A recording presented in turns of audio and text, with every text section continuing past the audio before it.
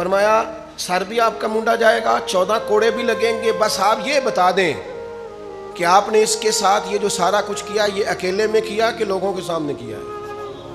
اگر اکیلے میں کیا ہے تو سزا تنہائی میں اکیلے میں، اور اگر سب کے بیچ کیا ہے تو سزا بھی سب کے بیچ ملے گی۔ حرم الحرام آپ سب جانتے ہیں، امیر المومنین، خلیفۃ المسلمین، انتخاب خدا اور مراد مصطفیٰ حضرت سیدنا عمر فاروق رضی اللہ تعالیٰ عنہ کا یوم شہادت ہے۔ اسی تعلق سے آج کچھ باتیں آپ کی بارگاہ میں خراج عقیدت پیش کرنے کے لیے عرض کی جائیں گی۔ اللہ تعالیٰ نے ارشاد فرمایا ہے کہ جو لوگ اللہ کا نام لے کے ڈٹ جاتے ہیں نا، اللہ تعالیٰ پھر ان کے سارے خوف اور سارے غم دور فرما دیتا ہے۔ لوگ دنیا کے لیے ڈٹتے ہیں، ذاتیات کے لیے ڈٹتے ہیں، مفادات کے لیے ڈٹتے ہیں۔ تو نے میرے پیسے دبائے ہیں، میں دیکھتا ہوں تو کیسے نہیں دیتا۔ تو میری زمین پہ قبضہ کرنا چاہتا ہے، میں دیکھتا ہوں تو کیسے قبضہ کرتا ہے۔ تو نے میرے ساتھ فلاں زیادتی کی ہے، میں تجھے بدلہ لے کے بتاؤں گا، تو ابھی مجھے جانتا نہیں۔ لوگ ذات کے لیے ڈٹ جاتے ہیں۔ رب قرآن مجید میں فرماتا ہے ان الذین قالوا ربنا اللہ ثم استقاموا، وہ لوگ جنہوں نے کہا کہ اللہ ہمارا رب ہے اور پھر وہ اس پر ڈٹ گئے، فلا خوف علیہم ولا هم یحزنون، فرمایا انہیں نہ کوئی خوف ہوگا اور نہ وہ غمگین ہوں گے، جو ڈٹ گئے اللہ کا نام لے کر۔ یاد رکھیے گا کہ کچھ لوگ ایسے ہوتے ہیں جن کی طبیعت میں سادگی ہوتی ہے، جن لوگوں کی دنیا داری محدود ہوتی ہے، لالچ تھوڑا ہوتا ہے، ہرس سے دور ہوتے ہیں، ہوس سے دور ہوتے ہیں، مطمع نظر دنیا داری نہیں ہوتا، وہ لوگ مضبوط ہوتے ہیں۔ جو لوگ اپنے مفادات کی جنگ لڑتے ہیں، اپنے لیے سوچتے ہیں، آہستہ آہستہ وہ کمزور ہونے لگ جاتے ہیں۔ بہت سے مقامات پر انہیں خود محسوس ہوتا ہے کہ میری گفتگو پھیکی سی ہے، اس میں کوئی وزن نہیں ہے، کیونکہ میں خود اس پر عمل نہیں کر پا رہا۔ تو توانا اور طاقتور وہ لوگ ہوتے ہیں جو بے لوث ہوتے ہیں، خدمت کا مزاج رکھتے ہیں، محنت کا جذبہ رکھتے ہیں، جد و جہد جن کی طبیعت ہوتی ہے، دنیاوی خوشامد سے کوسوں دور ہوتے ہیں، وہ لوگ ذرا صحیح معنوں میں آگے بڑھ جاتے ہیں۔ اور پھر دنیا کی لذات جن لوگوں کو نہیں نہ لگتی، وہ لوگ بھی بے خوف ہوتے ہیں۔ لذتیں لگ جاتی ہیں، کھانے کا چسکا، اچھا لگنے کا شوق، بہترین لباس کی خواہش، اچھی گاڑی، اچھا موبائل، اچھا گھر، اچھی، یہ لذات ہیں، دنیا کی لذتیں لگ جاتی ہیں بندے کو۔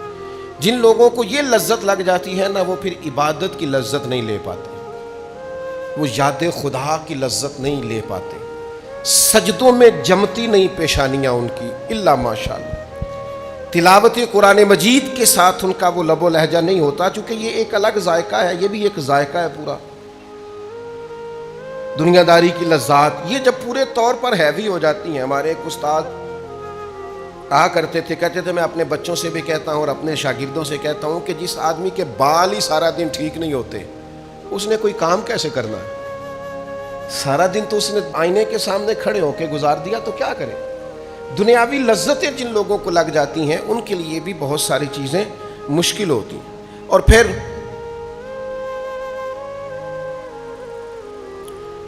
خوف خدا اور فکر آخرت، یہ اگر طبیعت میں پیدا ہو جائے تو خوشامد اچھی نہیں لگتی، اپنی تعریف انسان کو سننا اچھا نہیں لگتا، اسے تحائف اچھے نہیں لگتے، اسے دنیاوی آسائشیں اچھی نہیں لگتی، وہ نئی چیز خرید کر بے چین رہنے لگ جاتا۔ خوف خدا اور فکر آخرت۔ اور پھر میرے بھائیوں ایک بات اور بھی عرض کروں، جن لوگوں کی پسند ان کا دین ہو جاتا ہے نا، اور جو دین پر ڈٹ جاتے ہیں، وہ متاثر نہیں ہوتے جلدی کسی سے۔ ان کو کسی ملک کا بہت ترقی یافتہ ہونا اور کسی کا بہت آسانیوں میں ہونا اور بہت سہولیات میں ہونا انہیں محبوب نہیں ہوتا۔ مجھ سے ایک دوست نے ایک دفعہ پوچھا تھا کہ آپ نے کبھی کسی شخص کو معراج پر بھی سمجھا ہے کہ وہ بندہ معراج پا گیا ہے؟ تو میں نے ان سے کہا میں چھوٹا آدمی ہوں، کو بڑی بات تو نہیں کر سکتا، لیکن میری نظر میں معراج یہ ہے، یہ حالات اگرچہ بڑے خراب تھے، دشمن اگر سے پیچھے لگا ہوا تھا، چاروں جانب فوجیں چڑھی ہوئی تھی، مسلمانوں پر بظاہر مکے کی فضا کو تنگ کر دیا گیا تھا، لیکن اس سارے ماحول میں ایک آدمی معراج پا گیا، حضرت صدیق اکبر۔ ادھر ادھر دائیں بائیں کافر تھے، لوگوں کا خیال یہ تھا کہ شاید انہوں نے ساری چیزیں تنگ کر دی ہیں، حالات کو کٹھن کر دیا ہے، لیکن جناب صدیق اکبر کی معراج یہ تھی کہ ان کے پاس اور کوئی نہ تھا، وہ غار میں اکیلے تھے اور گود میں محبوب کا سر نور رکھے ہوئے تھے، اور بٹھا کر اپنے محبوب کو اپنے پہلو میں جو لوگ کچھ نہیں نہ کرتے وہ بھی کمال کرتے ہیں۔ یہ معراج ہے، معراج پائی۔ تو یاد رکھیے گا اور سمجھ لیجئے گا، دین پر ڈٹ جانا۔ میں نے بڑے بڑے لوگوں کو دیکھا ہے، ہر مہینے بھی جن کے گھر میں محفل ہوتی ہے اور ہر ہفتے بھی جن کے ہاں ختمات شریف پڑھے جاتے ہیں، ان سے بھی کہا جائے نا کہ آج آپ کے بچے کا ولیمہ ہے تو ایک تلاوت نہ ہو جائے، ایک نعت نہ ہو جائے، انہیں شرم آ رہی ہوتی ہے کہ اب ولیمے میں نعت، اب یہاں دین کی بات۔ لوگ مذہب پر عمل کرتے ہوئے اور مذہب کا اظہار کرتے ہوئے اور اپنے آپ کی نسبت مذہب کے ساتھ کرتے ہوئے ہچکچاتے ہیں۔ مجھ سے میرے ایک دوست نے مشورہ مانگا، اس نے کہا کہ حضرت وہ دینی آدمی ہے، اللہ نے توفیق دی ہے، خدمت کرتے ہیں، کہتے مجھے ایک بڑی جگہ دعوت دی جا رہی ہے جہاں بڑے دنیاوی طور پر لوگ آئیں گے، تو میں چلا جاؤں؟ میں نے کہا ضرور جائیے۔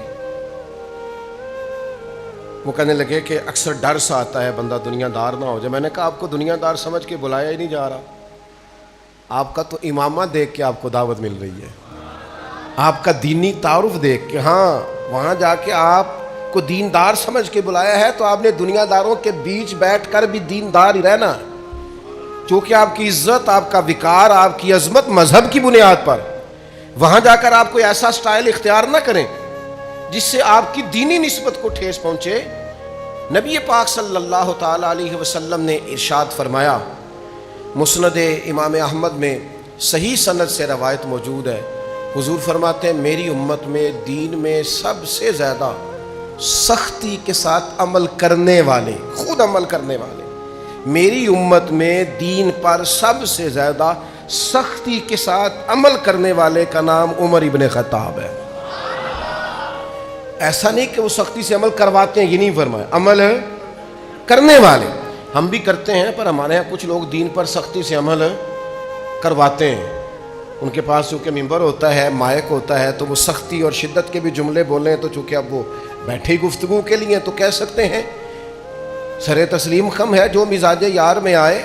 لیکن سیدنا عمر اپنی ذات کے تعلق سے سختی کے ساتھ دین پر عمل کرنے والے، اور اتنا عمل کیا، پھر جب امیر المومنین بنے تو پھر عمل کروایا، اور اتنا سخت عمل کروایا حضرت عمر نے کہ حضرت عبداللہ ابن مسعود فرمایا کرتے تھے عمر تو اسلام کا مضبوط قلعہ ہے، مضبوط دیوار ہے۔ حضرت عمر صحابہ کے بیچ بیٹھے تھے، فرمایا تم بھی ان فتنوں کے بارے میں جانتے ہو جو نبی کریم نے بیان فرمائے؟ تو کہنے لگے ہاں۔ حضرت حذیفہ رضی اللہ تعالیٰ عنہ اور چند اور صحابہ بھی حاضر تھے، عرض کی امیر المومنین جانتے ہیں نبی پاک نے فرمایا مال فتنہ ہے، اولاد فتنہ ہے، تمہارا ہمسایہ پڑوسی تمہارے لیے آزمائش ہے، اور اس کی نجات یہ ہے کہ تم نماز پڑھو، صدقہ دو، نیکی کا حکم دو، برائی سے منع کرو، ان فتنوں سے بچ جاؤ گے۔ نماز پڑھ کے، صدقہ کر کے، نیکی کا حکم دے کے مال کے فتنے سے، اولاد کے فتنے سے، ہمسائے کی آزمائش سے بچ جاؤ۔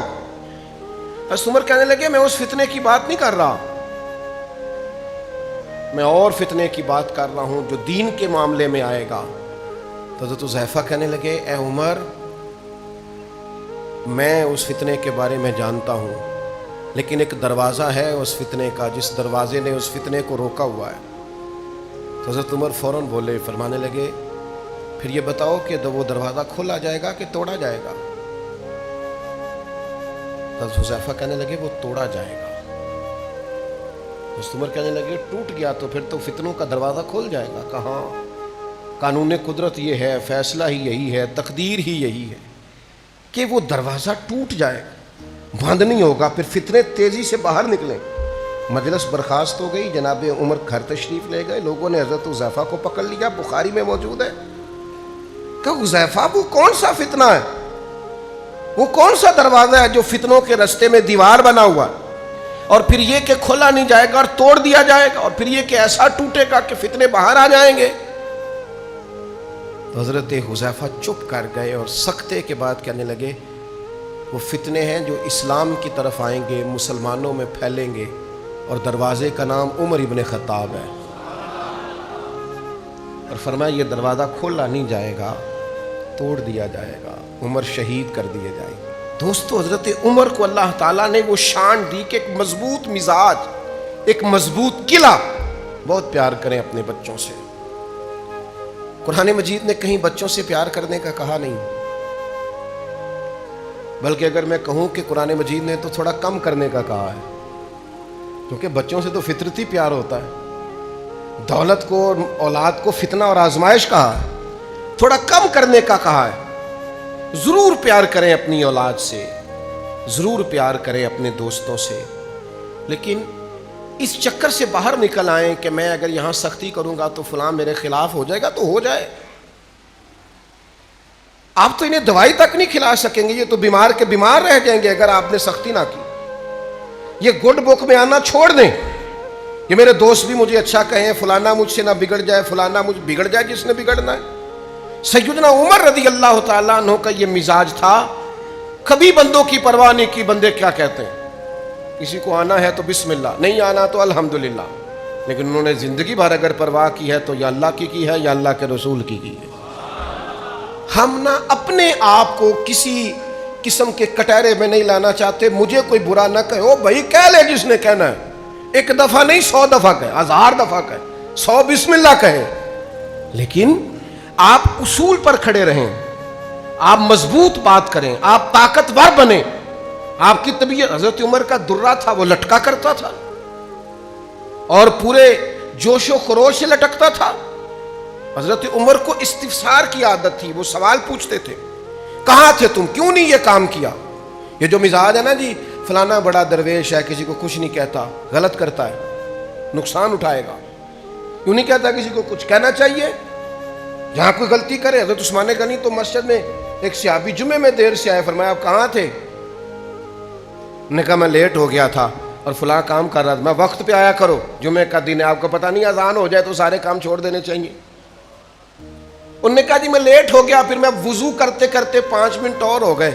فرمایا تم وضو کر کے جمعہ پڑھنے آئے ہو، حالانکہ نبی پاک نے غسل کرنے کا فرمایا ہے. آئندہ جلدی بھی آنا اور غسل کر کے یہاں تک باریک. اور وہ ڈانٹ دیتے تھے، ان کو کہنا آتا تھا. لیکن یہاں ایک طبیعت عجیب ہے لوگوں کی. لوگ سمجھتے ہیں اوہو میں بات کروں گا تو فلانا کیا سوچے گا. وہ سوچ لے اس نے جو سوچنا ہے، اسے کو سوچے، تھوڑا نہیں زیادہ سوچے، اور جھجک کے نہیں کھل کے سوچے. لیکن آپ کی جو ذمہ داری ہے، آپ اس ذمہ داری کو سمجھیں.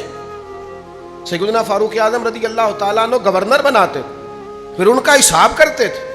ایک گورنر کے بارے میں پتہ چلا ریشم کا لباس پہنتا ہے، بہت آسانی میں ہے، بہت موج کرتا ہے، کیا بات ہے، کھا رہا ہے، پی رہا ہے، لگا رہا ہے. عمر نے بلا کے فرمایا اس کے کپڑے اتروا کے نا اس سے ٹاٹ کا لباس پہناؤ، اور آج کے بعد یہ گورنری نہیں کرے گا، یہ مال غنیمت کے اونٹ چرایا کرے گا. ایک وزیر کو لگائے پاکستان میں آپ اونٹ چرانے کے لیے، صرف ایک کو. حضرت عمر کی ایک اس مرد خدا مست کی ایک بات پر عمل کرو، ایک وزیر کو اونٹ چرانے پہ لگاؤ. لیکن تم نے تو مذاق بنایا ہوا ہے، تمہیں پتہ ہے ہم نے نکالا تو دوسری سیاسی جماعت میں چلا جائے گا. تم تو ڈرتے ہو، تمہیں تو ایسے لوگ چاہیے جن کے ووٹ زیادہ ہیں. تو جناب فاروق اعظم رضی اللہ تعالیٰ عنہ کسی ملامت کرنے والے کی ملامت کی پرواہ نہیں کرتے. دو ٹوک بات، مضبوط بات. آپ تو خوشامد کو سخت ناپسند کرتے تھے. ایک شخص نے آپ کی تعریف کی تو فرمانے لگے میرے پاس مٹی ہوتی تیرے منہ میں ڈال دیتا، میری کیوں تعریف کر رہا ہے. یہاں تو آپ پیروں کے پاس چلے گئے، انہوں نے خوشامدی خلیفے رکھے ہوئے، کہتے ہیں قبلہ عالم فلانا ٹینگڑا. وہ یہ خود پاس بیٹھ کے من قال انا عالم فهو جاہل. حضور نے فرمایا جو اپنے منہ سے کہے میں عالم ہوں وہی تو جاہل ہوتا ہے. آپ خود سے تعریفیں سن رہے ہیں اور آپ کا دعویٰ فقیری کا ہے. ہٹو بچوں کی داستانیں اور آپ کا دعویٰ فقر کا ہے. آپ نے وظیفہ خار، نقیب، خطیب، شاعر، ادیب رکھے ہوئے ہیں تعریفیں کرانے کے لیے. اور پنجابی میں کہہ دوں تو مجھے کہہ لینے دو، آپ نے سیپی رکھے ہوئے ہیں، سیپی جو آپ سے کھاتے ہیں اور آپ کے گن وہ آپ سے کھاتے ہیں لے کے. انہوں نے کہا بلے بلے کیا بات ہے، کیا بات، تعریفیں کرتے ہیں اور بڑے شوق سے بیٹھ کے سن رہے ہوتے ہیں لوگ. حضرت عمر کہتے ہیں تیرے منہ میں مٹی ڈالوں گا اگر میری تعریف. تو آپ میں جرت اظہار ہو، آپ بات کہیں. اقبال کہتے ہیں اپنے بھی خفا مجھ سے ہیں اور بیگانے بھی ناخوش. یہ ذرا لفظوں کی ترتیب دیکھو. اپنے بھی خفا کون ہے؟ اپنے بھی خفا مجھ سے ہیں اور بیگانے بھی ناخوش. کیونکہ میں زہر حلال کو کبھی کہہ نہیں سکا کاند. میں کہتا ہوں وہی بات سمجھتا ہوں جسے حق. میرے سے ناراض اس لیے ہیں لوگ کہ کہتا ہوں وہی بات سمجھتا ہوں جسے، اور لوگوں کو حق اچھا لگتا، لوگوں کو تعریفیں اچھی لگتی. تو یاد رکھیے گا کہ حضرت عمر میں یہ جرت اظہار تھی، بات کرنا جانتے تھے. بصرہ کے گورنر کی شکایت آئی. ایک مجاہد آئے اور آ کے کہا حضور وہ جس شخصیت کو آپ نے بصرہ کا گورنر بنایا مجھے ان سے بڑی شکایت ہے. کہا کیوں؟ فرمانے لگے میں پلٹ پلٹ کر دشمن پر حملہ کرنے کی قوت رکھتا ہوں، ایک طاقتور اور جانباز فوجی ہوں. میں نے بڑی جد و جہد کے ساتھ لڑائی کی ہے، جنگ کی ہے. مصنف ابن ابی شیبہ میں حضرت جریر ابن عبداللہ سے یہ روایت موجود ہے. کہنے لگے میں نے بڑی جد و جہد سے لڑائی کی لیکن آپ کے بصرہ کے گورنر نے ایک تو مجھے مال غنیمت میں سے حصہ پورا نہیں دیا جو میرا بنتا تھا، اور پھر یہ کہ جب میں نے مطالبہ کیا تو مجھے 20 کوڑے مارے، میرا سر منڈوا دیا ہے، مجھے تکلیف دی ہے. آپ کسی آفیسر کے خلاف بات کر کے تو دیکھیں. اور ہمارے ملک میں ویسے بھی جو ملازم ہیں وہ ڈیوٹی نہیں کرتے، وہ افسروں کو راضی کرتے ہیں. افسر راضی رہیں تو آپ ڈیوٹی کریں چاہے نہ کریں، اور اگر افسر ناراض ہیں تو پھر آپ ڈیوٹی کریں بھی ساری تو پھر بھی آپ ڈیوٹی نہیں کر سکتے. وہ سیٹ پہ قائم یہ چلتا ہے ہمارے سرکاری اداروں میں اللہ ماشاء. اس نے کہا جی ایک تو میرے ساتھ زیادتی ہوئی، مجھے مال غنیمت نہیں دیا گا، اور اگر میں نے بات کی تو پھر آپ کو پتہ ہے جس کی بات کریں بگڑ جاتا ہے، تو پھر مجھے کوڑے لگے 20 اور میرا سر منڈوا دیا، اور یہ بال میں آپ کے پاس لے کے آیا ہوں. حضرت عمر فاروق رضی اللہ تعالیٰ عنہ نے گورنر صاحب کو خط لکھا. اور یہ ذرا جرت دیکھو سیدنا فاروق اعظم کی. آپ فرمانے لگے بات میں نے سن لی ہے، گواہیاں میں نے منگا لی ہیں، پتہ میں نے کر لیا ہے، معلومات مجھے ہو گئی ہے، جو یہ بندہ کہہ رہا ہے بات بالکل ٹھیک ہے. اب میں آپ سے کہتا ہوں کہ آپ کو بدلہ دینا ہے، سر بھی منڈوانا پڑے گا. میں آپ کو صحیح سند سے روایت سنا رہا ہوں مصنف ابن ابی شیبہ سے. یعنی گورنر کا سر مونڈا جائے گا ایک عام آدمی کے لیے؟ اتنی جرت تو آپ چھوٹے سے افسر کے لیے نہیں کر سکتے. فرمایا سر بھی آپ کا مونڈا جائے گا، 14 کوڑے بھی لگیں گے، بس آپ یہ بتا دیں کہ آپ نے اس کے ساتھ یہ جو سارا کچھ کیا یہ اکیلے میں کیا کہ لوگوں کے سامنے کیا ہے. اگر اکیلے میں کیا ہے تو سزا تنہائی میں اکیلے میں، اور اگر سب کے بیچ کیا ہے تو سزا بھی سب کے بیچ ملے گی. حضرت فاروق اعظم نے اس شخص کو دیا، رکا، بھیجے 7 لوگ، وہاں جا کے گورنر صاحب کو بھرے مجمع میں جب لوگوں کے بیچ اس شخص نے کہا آئیے میں آپ کا سر مونڈنے لگا ہوں، اور جب اس نے اس طرح پکڑا سر مونڈنے کا سامان اٹھایا، لوگ کہنے لگے یار غلطی ہو گئی چل معاف کر دے. کہنے لگا کیوں معاف کروں؟ گویا وہ زبان حال سے کہہ رہا تھا، وجد میں کہہ رہا تھا کیسے معاف کروں، یہ عام حکومت نہیں، یہ رسول اللہ کے خلیفہ کی حکومت ہے، خلیفہ برحق کی حکومت ہے. یہاں کسی غریب پر کوئی زیادتی ہو سکتی نہیں ہے. اس نے کہا کہ میں نہیں معاف کرتا، میں قصاص لوں گا، بدلہ لوں گا. قربان جائیں اس گورنر کی عظمت پہ. اس نے کہا یار تم نہ بولو. زبان حال سے کہنے لگے تم نہ بات کرو، میری واقعی غلطی ہے. گورنر صاحب ممبر سے اترے، کرسی سے اترے اور زمین پہ بیٹھ گئے. سر سے پگڑی اتاری، فرمایا تو لے یار بدلہ، اتار میرے سر کے بال. اور جب وہ زمین پہ بیٹھ گئے تو پھر وہ شخص تڑپ گیا. پھر اس کا کلیجہ ذوق شوق سے گویا پھٹنے کے قریب آئے، کہنے لگا اللہ تو گواہ ہو جا، مجھے میرا قصاص گویا مل گیا ہے، میں تیری رضا کے لیے اسے معاف کرتا ہوں۔